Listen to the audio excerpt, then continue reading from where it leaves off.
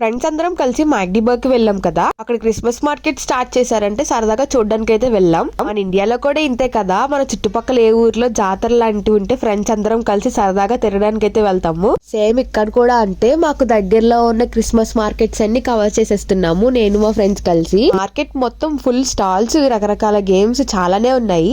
Germans వాళ్ళ చిట్టి చిట్టి పిల్లలు తీసుకుని ఇవన్నీ తిరిగి ఎంజాయ్ చేయడానికి భలే వస్తున్నారు. ఎలా అయితే మనం చర్చెస్ దగ్గర పశువుల పాకలు పెడతాం కదా, ఇక్కడ అలా కూడా పెట్టారు.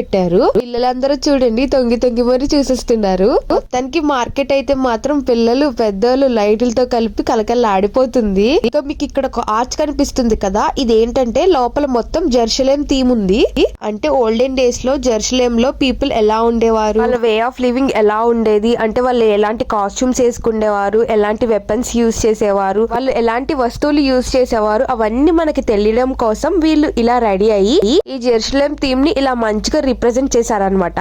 వాళ్ళు వార్స్ అప్పుడు యూజ్ చేసే వెపన్స్, మాస్క్లు ఇవన్నిటిని మనకి షో ఆఫ్ కింద పెట్టారు. నాకు నిజంగా అవన్నీ చూసినప్పుడు భలే అనిపించింది. ఇది ఒక మంచి ఐడియా కదా. ఇప్పటి జనరేషన్ వాళ్ళకి అవన్నీ తెలియాలని మంచి థీమ్ గా క్రియేట్ చేసి చూపించారు. అవన్నీ చూస్తున్నప్పుడు నిజంగా ఒక్క నిమిషం నాకు ఓల్డెన్ డేస్ కి వెళ్ళిపోయామా అనిపించింది. మీరు మీ క్రిస్మస్ డేస్ ని ఎలా ఎంజాయ్ చేస్తున్నారు అనేది కూడా కింద కమెంట్ చేసేయండి.